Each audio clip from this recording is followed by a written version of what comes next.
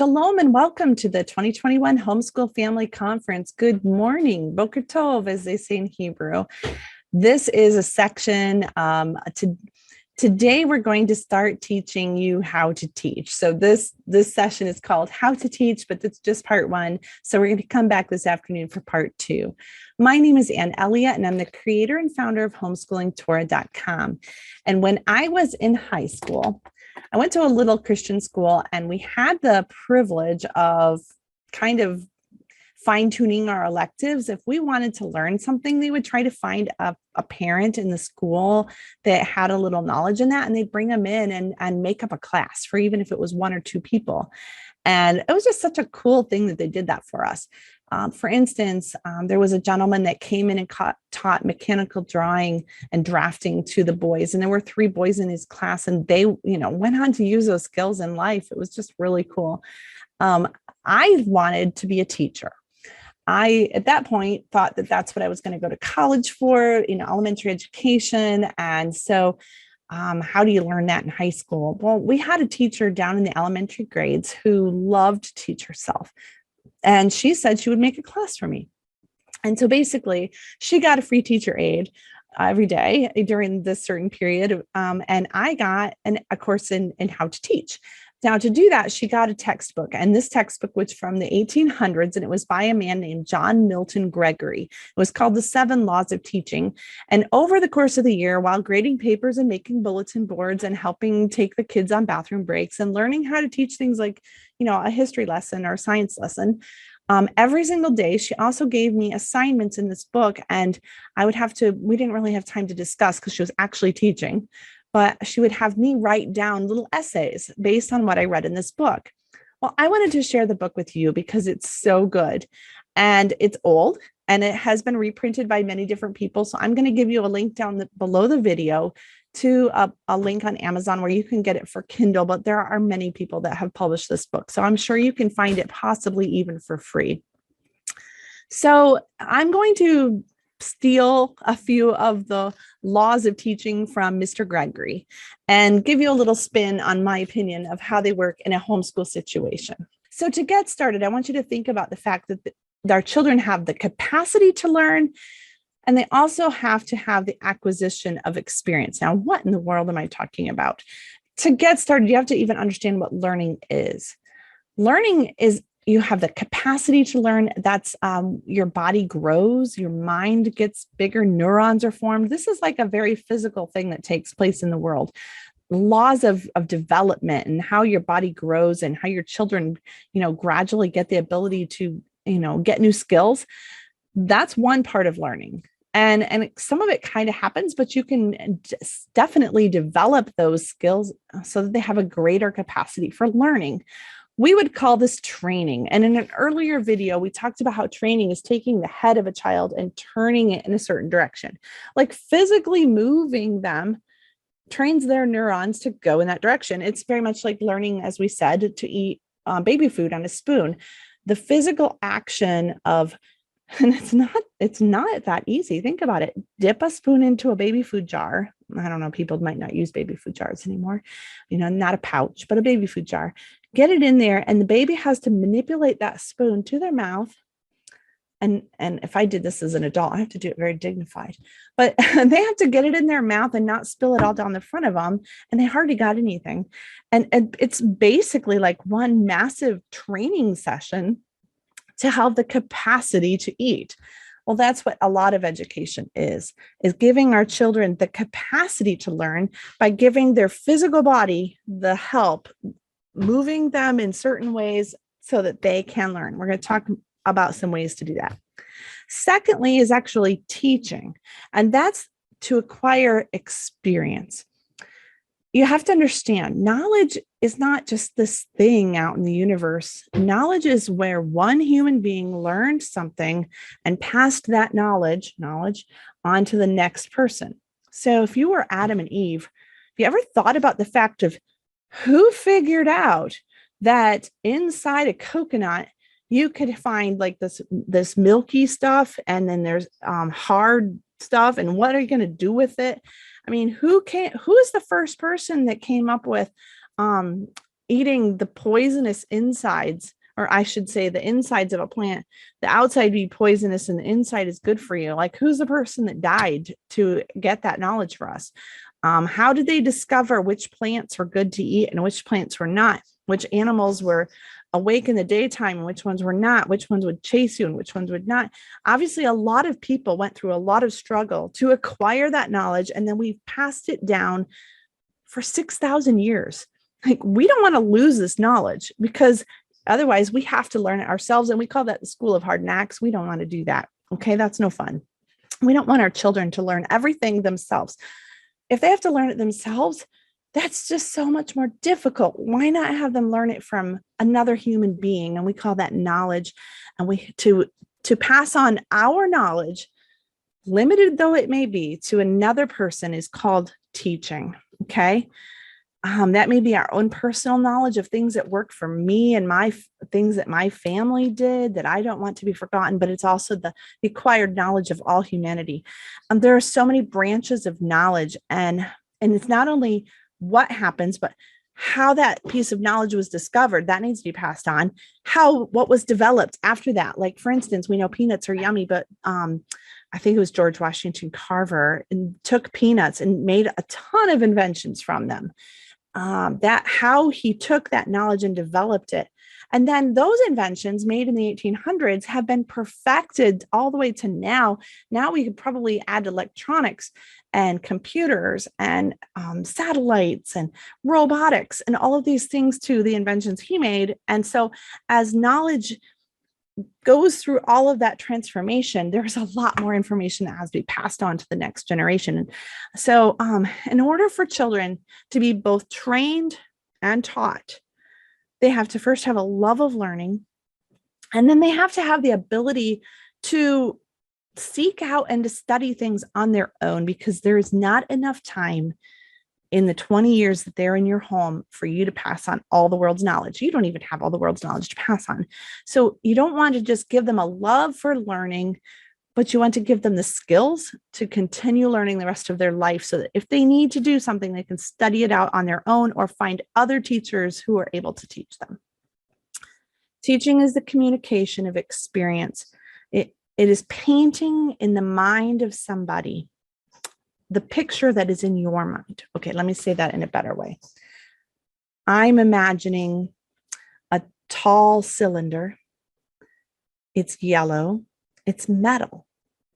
It has a top that I can flip up, and inside is cool liquid with just a hint of lemon. I'm picturing my water bottle. Okay. I have to take that picture that's in my mind and transfer it over to you. And if I do that, that's teaching. Okay. I have to paint at that picture. And I like that picture of painting, because I'm thinking of George Ross. Is that what his name is? Anyway, the famous painter with the big curly hair. And he paints, and it's just little tiny pieces. And he dabbles with the paintbrush and adds a little snow, adds a little green and a little blue. And by the end of it, it's a gorgeous scenery. Bob Ross, that's his name. So as Bob Ross does that, he's taking all those individual pieces and he's painting this picture. And that's what a teacher does. It's really cool. You have to reproduce also the experiences, not just the picture in my mind, but the actual experiences I have been through, and make it common between me and my students, my children. So if there's been something that I've experienced in my life, I can help them experience it without ever experiencing it, and save them the misery of maybe the mistakes that I made. So I'm going to give you a few laws. We're just going to go through 3 of them today, or in this session. And in the next session, we're going to give you some more. The first is the law of the teacher. And this law states that a teacher must know the subject matter in order to teach it. Okay. You have to have knowledge of something, or you can't teach it. I can't describe to you my water bottle if I've never even seen my own water bottle. I cannot describe to you a painting by Bob Ross if I've never seen a picture of Bob Ross's painting. I have to know it, or I can't teach it. And this is the biggest thing that I think keeps people from wanting to homeschool, because they say, I don't know algebra. How am I going to teach it? I don't know how to teach all those things that they're obviously really smart out there at the school district office. I'm not that smart. I didn't go to school to be a teacher. I went to school to be an accountant, or maybe I never even went to school. How am I going to teach my kids? I can give you some confidence. Well, hold on. But I do want to say there is some truth to this. You can't teach something if you don't know it. You can't make something come out of nothing. Okay. And the levels of knowing something, there are levels, and you could get away with this, but let's see how good of a master teacher we can make you, because a baby teacher, maybe me in high school when I was trying to help out in that classroom, they have a faint recognition of a topic. So if I were going to teach about electricity, I have a faint recognition. I know the positive end of a battery from the negative end, and I kind of get the gist of what happens. So I could kind of teach that. Okay. If I were a little bit higher of a teacher, I'd have the ability to describe that to others. So I could take a battery and go in front of a class or in front of my children and explain all the circuitry that makes it happen. Okay. I have the ability, and maybe my ability is limited, so I might have to read it from a book, but I could understand it. A higher level than that of a teacher has the ability to explain it, prove it, illustrate it, tell stories from their own life about it, apply it to some other area of life. Like they know it, like they really know it. This is what you hope your doctor is before he goes into surgery. You hope that he can explain what he's going to do and tell you stories about how it's there. And he's been studying it for a long time. And finally, and this is interesting, when you really know a subject, the master of all teachers doesn't just know it, but they actually have had that knowledge change their own conduct. That's the goal of learning. So a surgeon could know that good nutrition is important, and they could probably teach about it and give illustrations. But unless that surgeon is eating good nutrition at home, they don't really know it as well as they should, do they? It hasn't changed their behavior. So that's the goal of all learning. That's where you want to get your kids. And I'm not going to say you're going to be perfect in all areas. Of course you're not. But you can improve. So again, imperfect knowledge means imperfect teaching. You might have to accept that at the beginning and work on your knowledge levels. If you're going to start teaching here for homeschooling in just a couple of weeks, you're not going to have time to become a master in that amount of time. But just being aware of the fact that you have imperfect knowledge lets you know where some of your weaknesses are and can help you kind of stabilize all of that. If you are fired with enthusiasm for a subject, that will inspire your students, even if your knowledge is not quite on the level of a master. And in a way, what you know about it has changed your conduct, even if you don't know everything about it. So why do you want to teach your children math? Well, it's state law. That's not going to fire anyone up with enthusiasm. I'm not saying you have to be enthusiastic equally. You don't have to be enthusiastic equally about every subject every day, because you're just human and nobody has that much energy. You do have to be enthusiastic enough about the subject when you talk about it that you inspire them to want to learn. And that goes for math or chemical bonds or what King George did in England when he went off to battle. It doesn't matter what the subject is. Try to find something that makes you feel enthusiastic about it, and it will help the students learn. One of the ways you can do that is before you start to teach something, give a little fresh study to it. So are you going to teach about chemical bonds? Well, just look it up in something. I like having books on my shelf that are helpful for this, like little, I'm going to show you one for chemistry real quick. So the chemistry book wasn't on the shelf. Probably one of my kids was enthusiastic about it and they took it off and they're looking at it. I hope so. This one is the Usborne Illustrated Dictionary of Biology. So instead of chemical bonds, let's talk about the circulatory system. So if I'm going to teach about the circulatory system, maybe I can pull a book off my shelf that day that will just give me a little bit of understanding. But it really probably won't have tons of enthusiasm unless I actually know how that changes my life.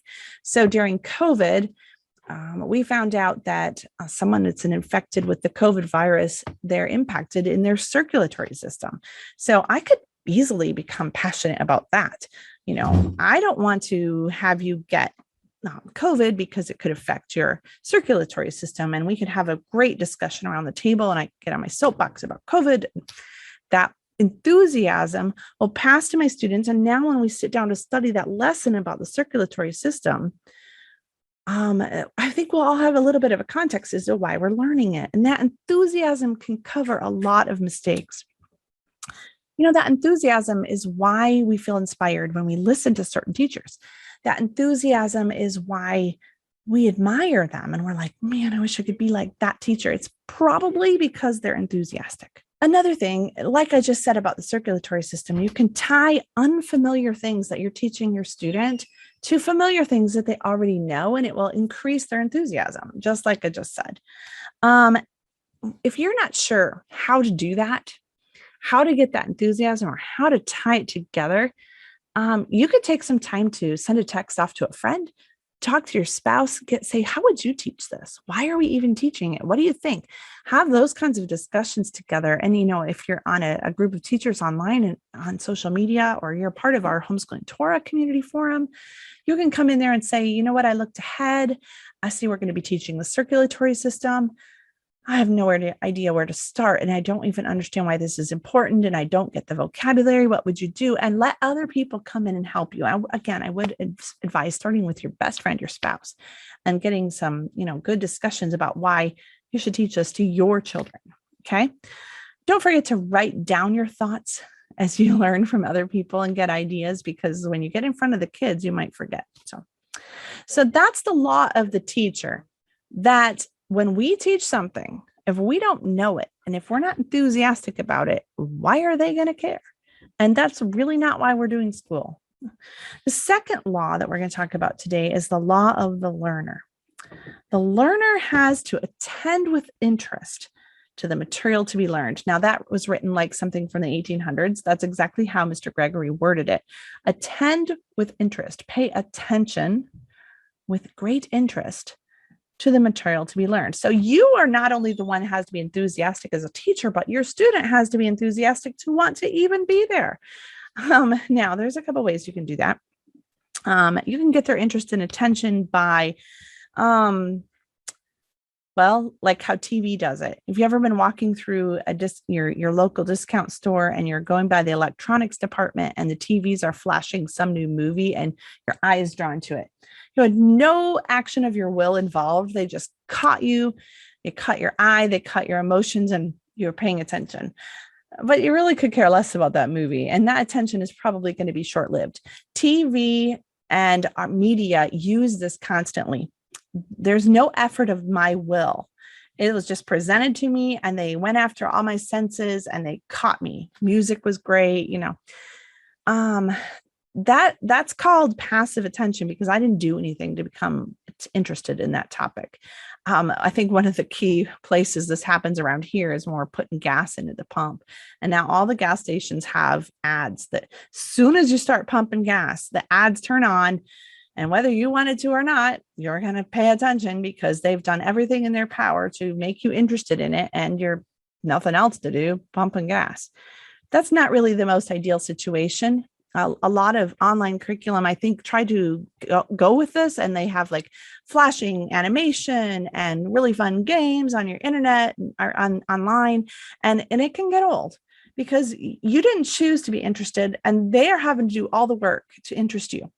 When we used to teach kids in children's church a long time ago at our local church, it felt like sometimes we were up there and putting on a great big show to try to get the attention. We got the puppets and we got the cool music and we got the songs with emotions and we've got candy. We're going to throw it if you know your verse. And yet that's passive attention. And that's really not the best way to teach something, because there's no desire on the part of the student to actually learn what you're teaching them.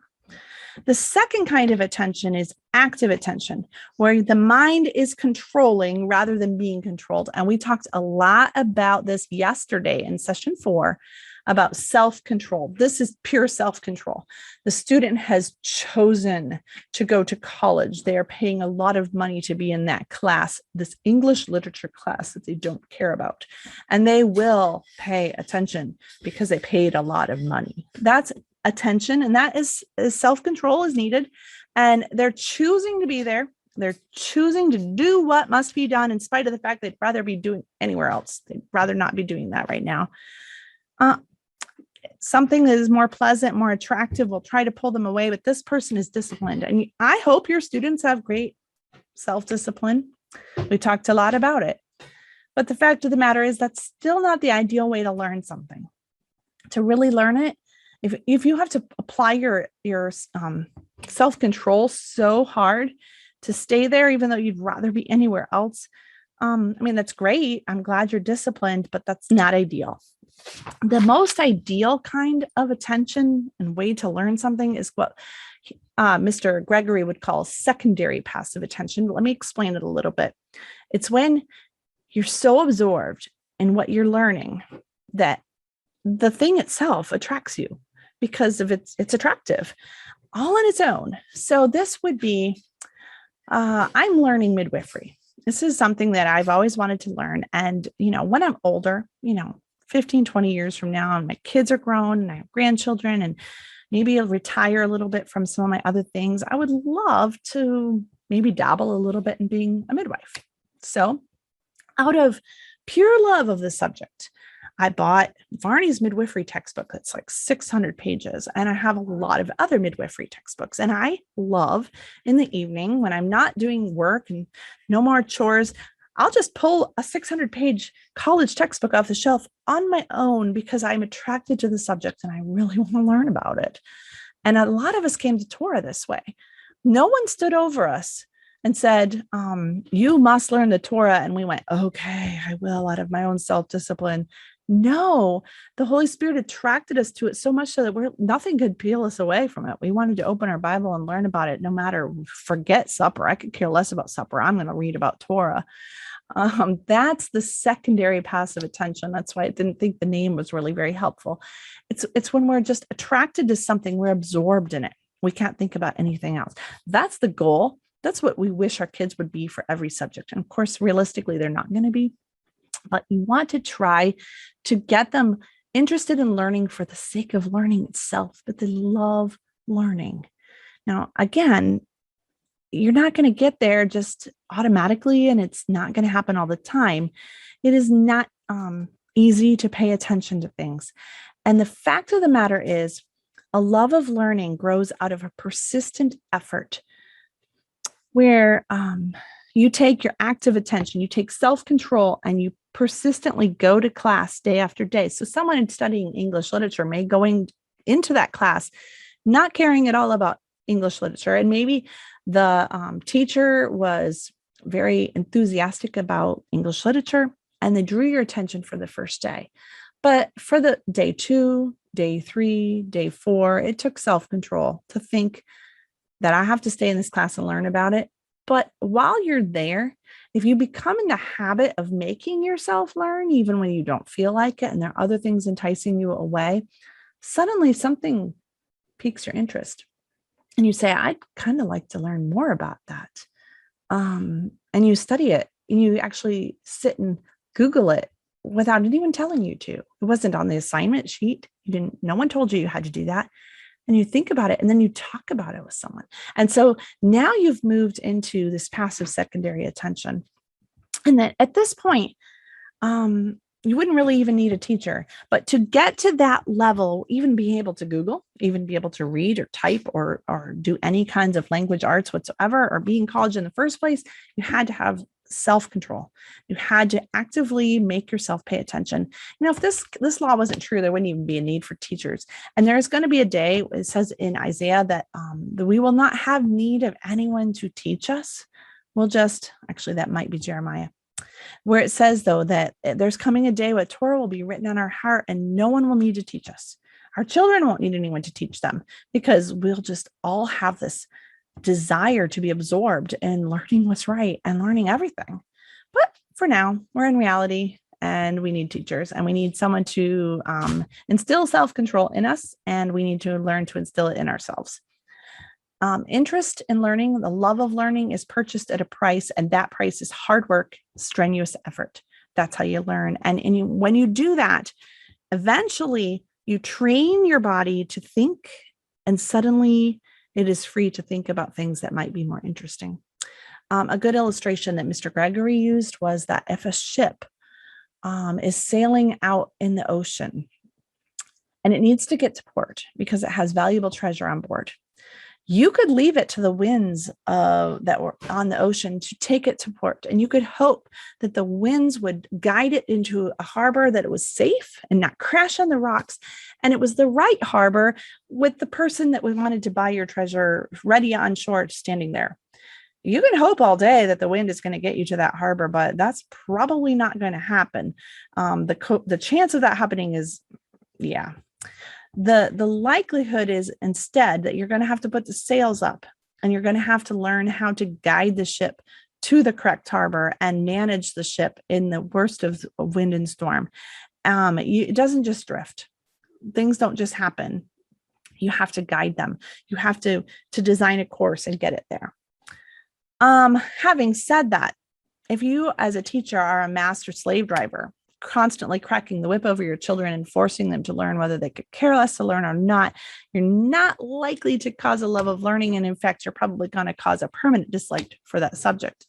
So what you want is to have stages of advancement. You want to teach your children to make an effort to have a little bit of self-control. But the reward for that effort should be something fun that they actually enjoyed learning. And then you teach them how to have self-control, to have a little bit of effort. And then the reward for that is they actually enjoyed learning. And it just keeps going. You challenge them, have them help their own self-control, and you instill it, and you provide what is needed by you being the parent and telling them they need to sit down and open the book and grab their pencil and we're going to learn. But you also reward them by being a good teacher and giving them some fun lessons and things that are going to be rewarding to learn about. And as that cycle goes, they exercise their self-control muscles. You learn how to be a good teacher. And over time, a love of learning is instilled. I think the same idea would be a child that has taken the effort to learn to read. You can reward them with a book that is actually interesting, so that, we call them living books, books that make you want to keep turning the page. They worked really hard to learn to read. Don't give them books that are dull and boring. Give them books that are exciting.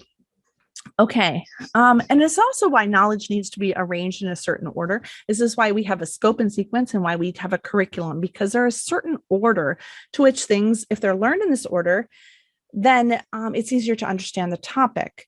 So you don't just decide one day when you wake up that you're going to study fractions. And this is one of the reasons I don't really love just loosey-goosey systems of teaching things like reading and math. Because as a parent, I don't know the best way to teach something so that it's already got all the things that they need to know.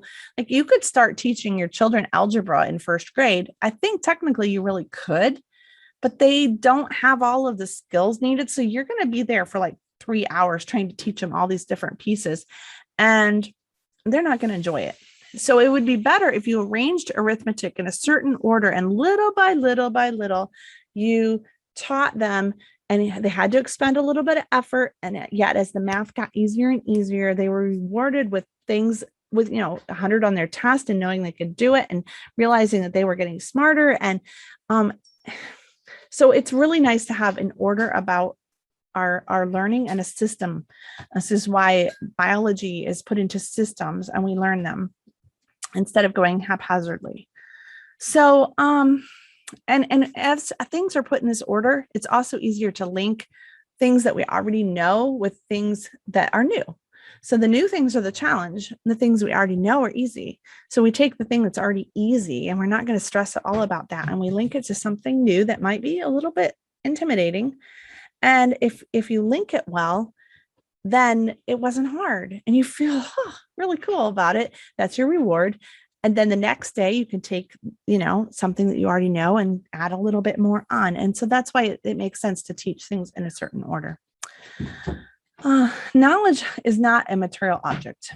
Knowledge is not a physical bit of something that you pass like a baton from one person to the next.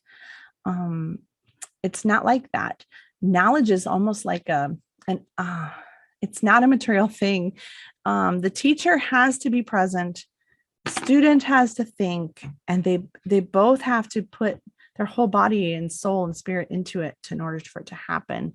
And both of them have to be using attention.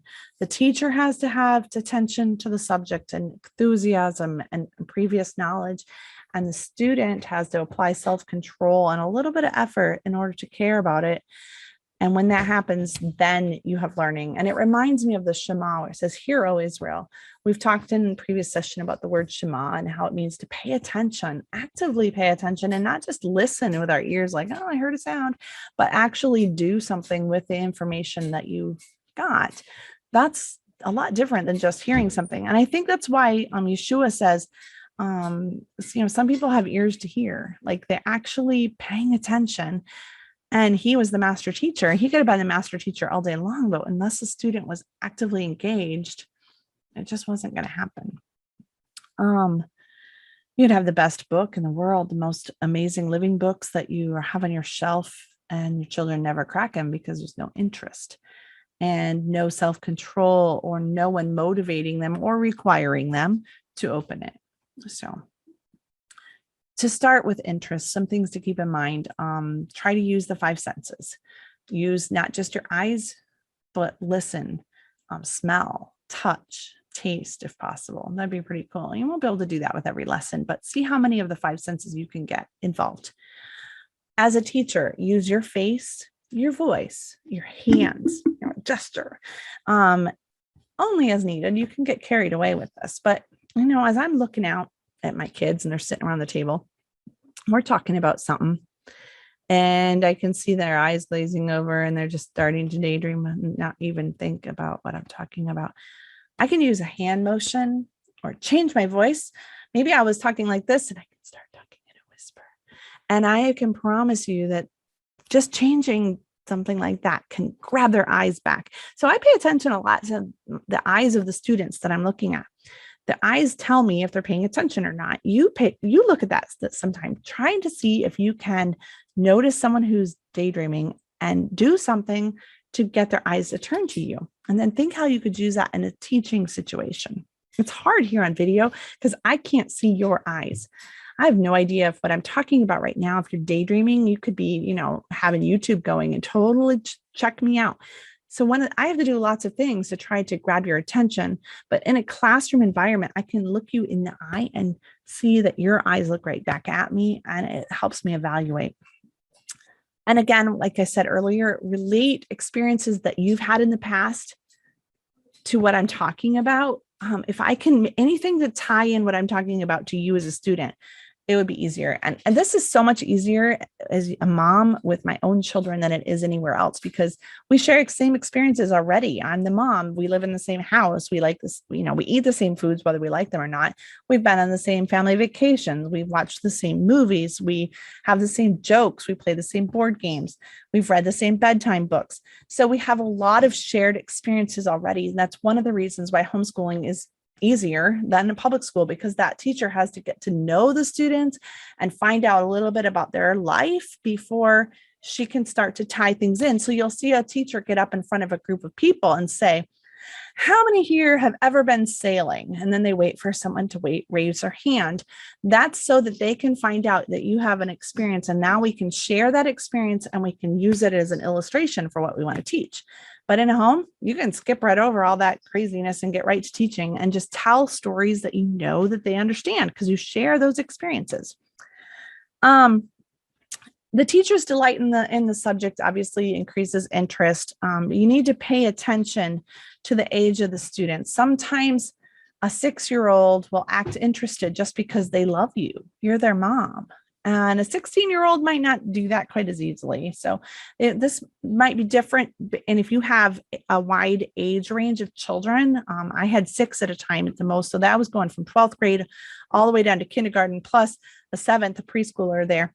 So that's very difficult to get that passion and interest to be developed in all those ages at the same time. That give yourself some leeway there, that your class is a little difficult and harder as a homeschool mom in some ways from that.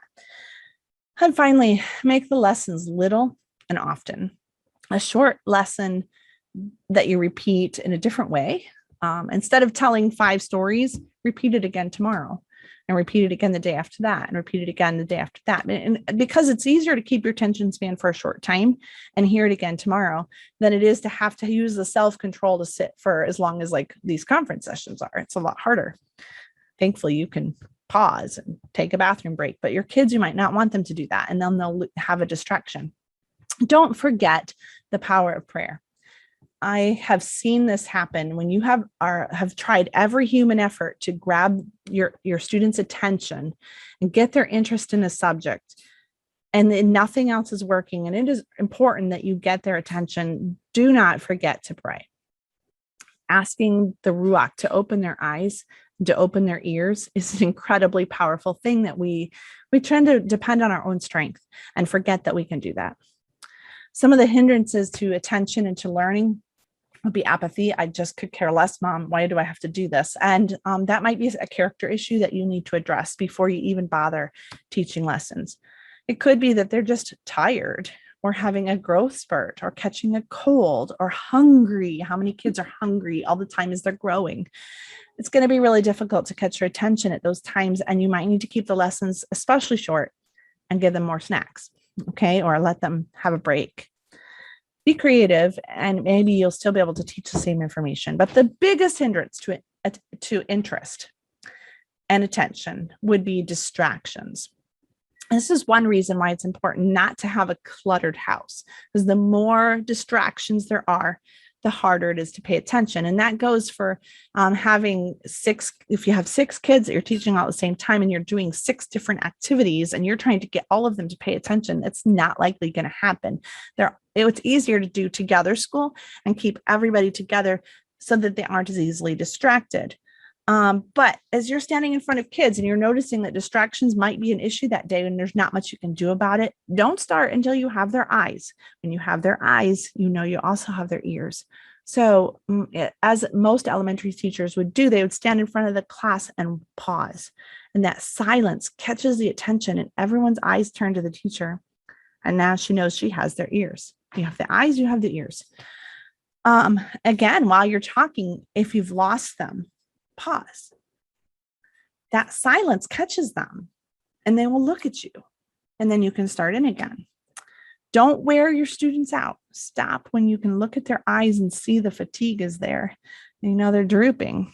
Here's the body language. That's a good time to stop, wrap it up, come back to it next time. There's always going to be a next time. And then adapt the lessons to the ages of your students.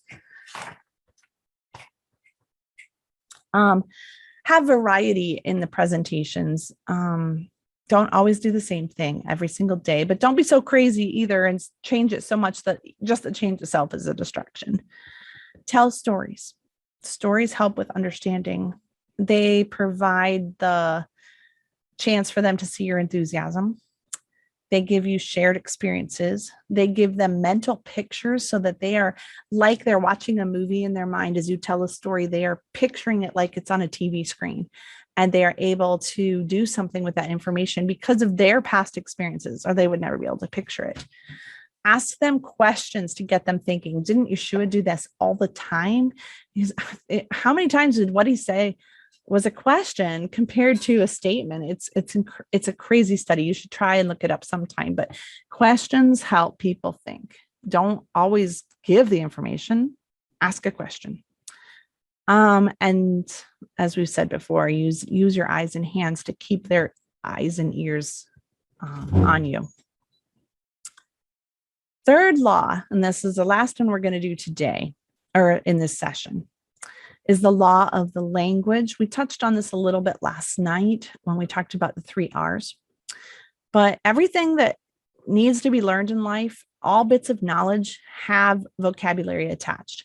So I was talking about the first people back in Adam and Eve's time, maybe it was Adam and Eve, who were studying out medicinal herbs. And someone goofed and ate one that was, maybe they ate hemlock and died. Although I guess that's not a good medicinal herb.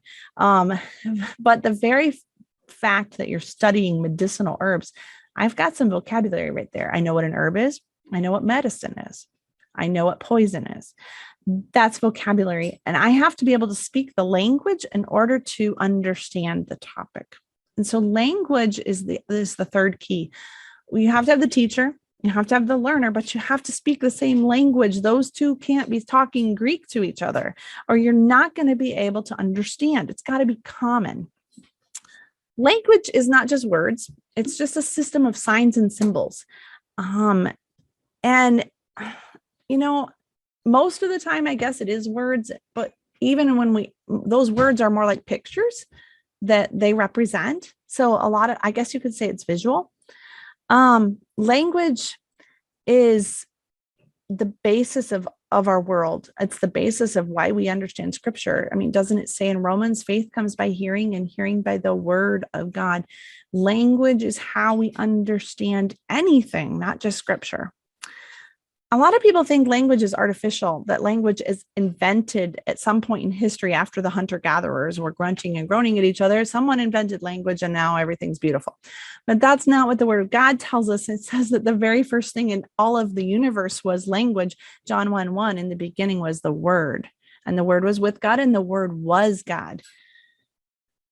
Like, no human being invented this. This is his idea. He knows you as his teacher, and he knows your students. And without language, you're not going to be able to communicate with him, because that's how he made you. And that's how he made your kids.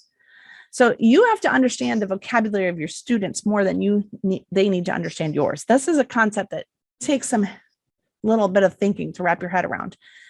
You got to know the vocabulary of that 5-year-old, or else teach them the vocabulary, or you can't talk their language. It's no different than if you went over to visit France and you went into a shop to purchase some croissants, and they were yummy and they smelled so good. It was early in the morning and they were fresh out of the oven, but you have no idea how to tell them that you want that croissant and you don't know what it costs. So how are you going to pay for it?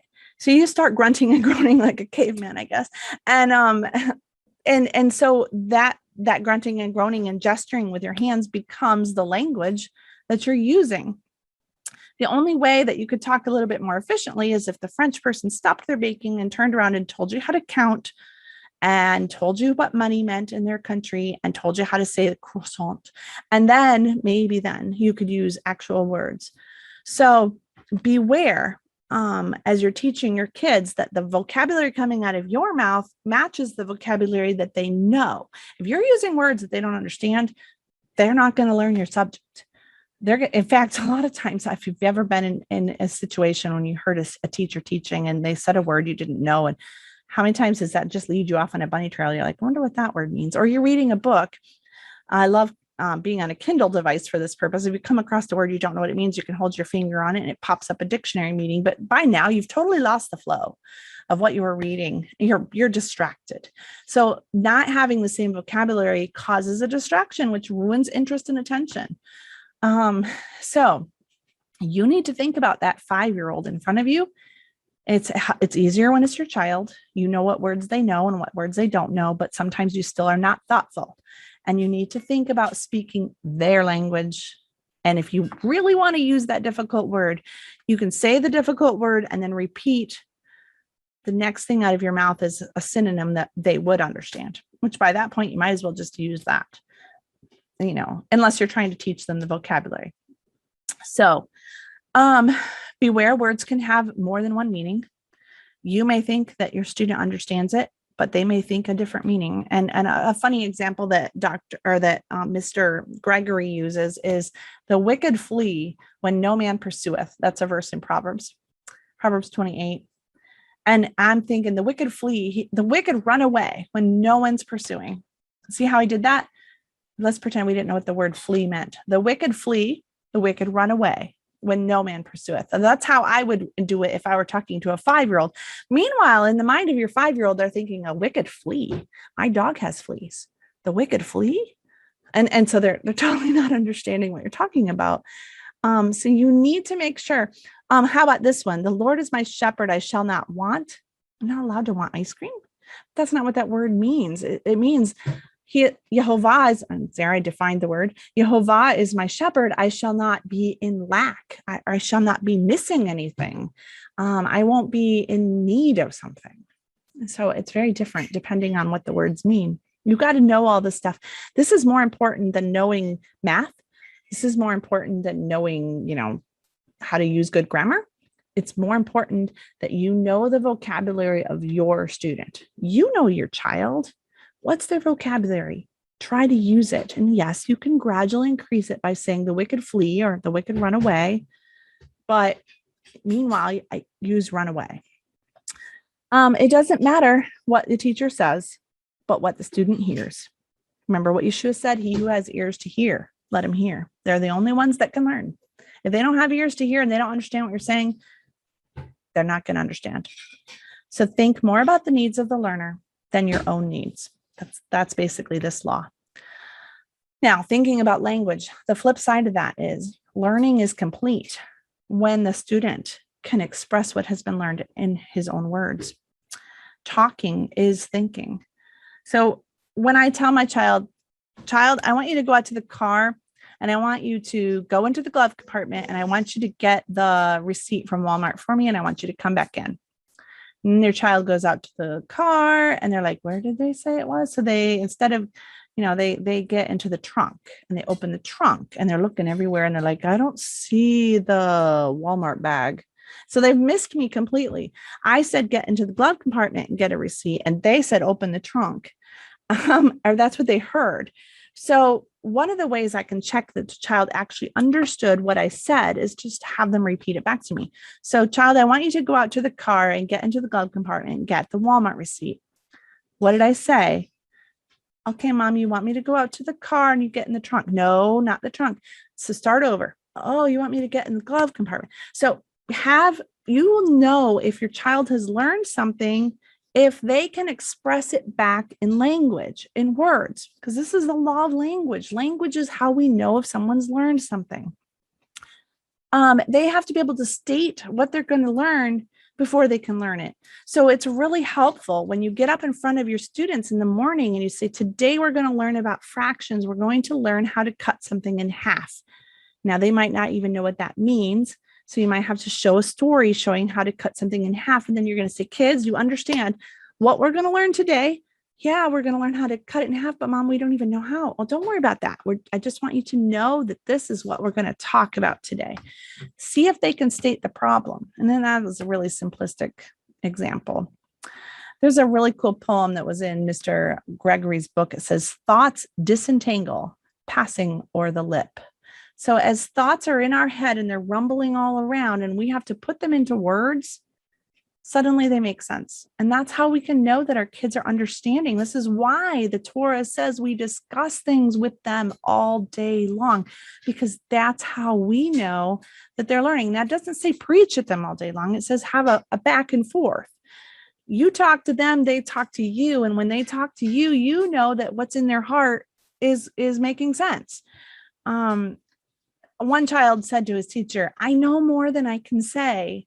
Another way of saying that was, I don't know how to put that into words. I've felt that way many times. And that just means that I need to think about it some more because I don't really have a good grasp on it. And if your child can't put what you've been teaching them back into words, then they don't know it. In math, because I keep using math as an example, a great way to do this and see if they understand the concept would be to have them go to the whiteboard and teach you how to solve a problem. And you might do this after they've had a chance to practice a little bit, but have them teach somebody else and you watch and observe that they're able to put it into words and you'll know if they learn it. It is difficult, remember, to get enough mastery of the language to express what we're doing in words.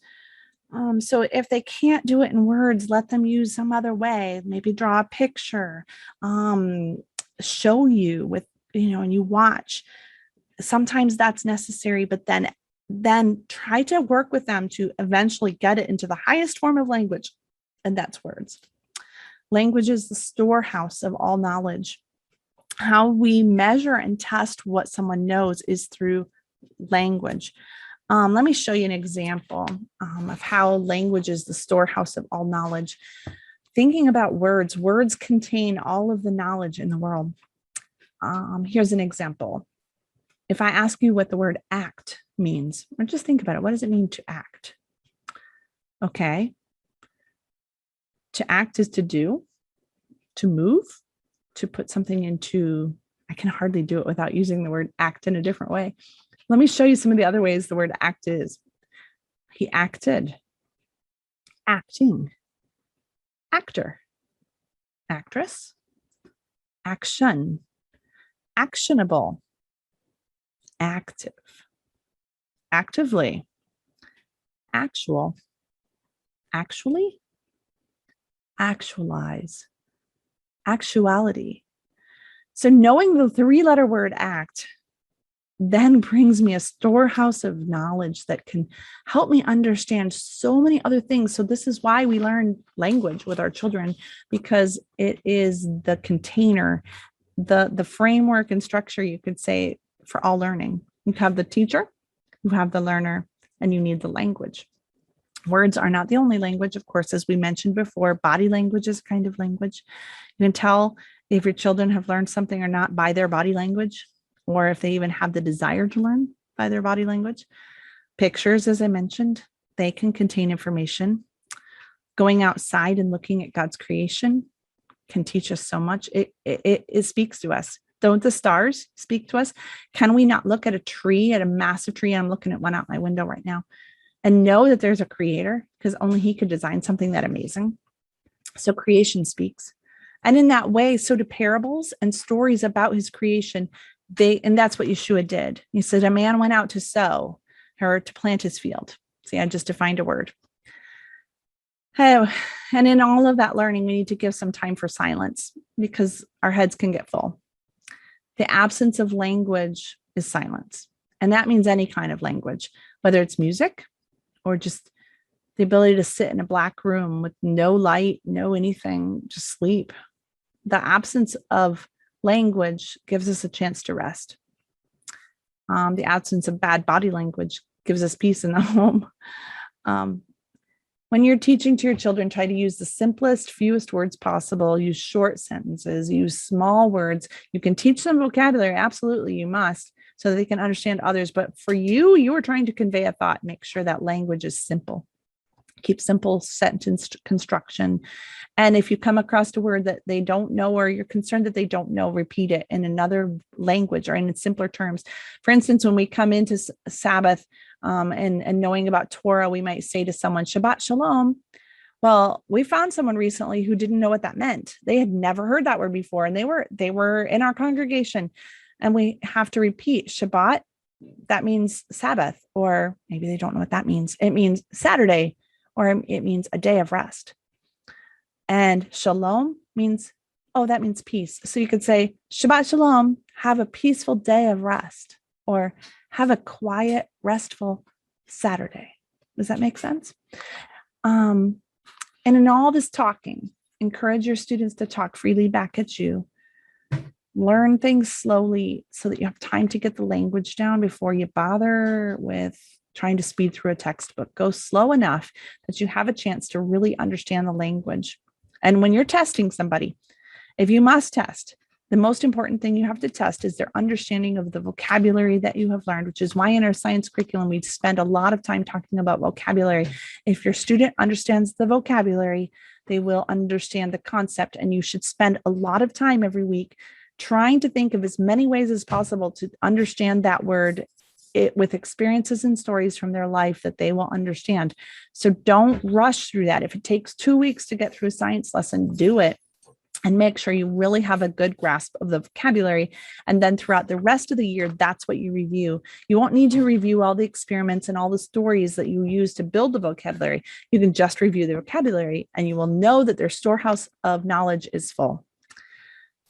When you're talking to your children, don't assume that because they look interested, they understand the vocabulary, the words that you're using.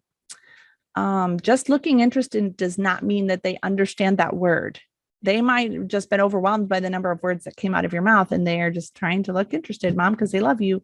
They might love the teacher. They might actually want to talk about science today. So they are really excited because you said something about they're going to do an experiment and they think that's fun. And they're really excited, but they have no idea what you're talking about. And sometimes, entertainment and fun is the only thing keeping them smiling. And you think that they got it and they have no clue what you just said. So when there's no understanding, check the language first, check the vocabulary, go back to that and make sure that they really have a good grasp on it. Hunt for the problem until you find the word that they didn't understand. Say it again in a different way with a different story, a different illustration until there is understanding.